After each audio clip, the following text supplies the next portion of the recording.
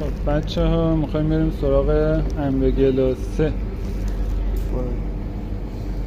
اول حالا میتونید عسل، شیر عسل یا سس انبه بهش بزنید. همونجوری که میبینید انتهای لیوان رو ما با بستنی انبه پر میکنیم. توی گلاسه ها به ترکیب بستنی و آب میوه و حالا هر کسی میتونه مثلا با میوه هم تزیینش بکنه. ما توی این مرحله بستنی که اضافه کردیم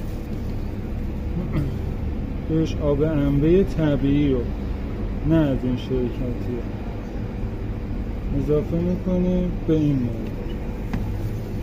باید اندازه‌ای باشه که خامه توش بود. حالا خامه رو بهش اضافه میکنیم. بیشتر سعی میکنید سمت حاشیه لیوان بیاید تا خامه دور لیوان وایس. تو مرحله بعدی موز ما بهش به صورت برش خورده اضافه میکنیم.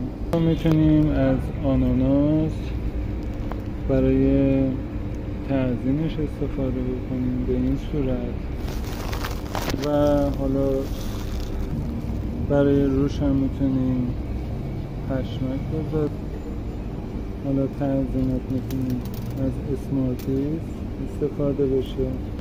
برای روش هم میتونیم شیر عسل، سس انبه، این ژله خوشگلمون، این هم نتیجه کارمون. بستنی آب میوه انبه و ترکیبات خامه میوه ژله که انبه گلاسمون آماده.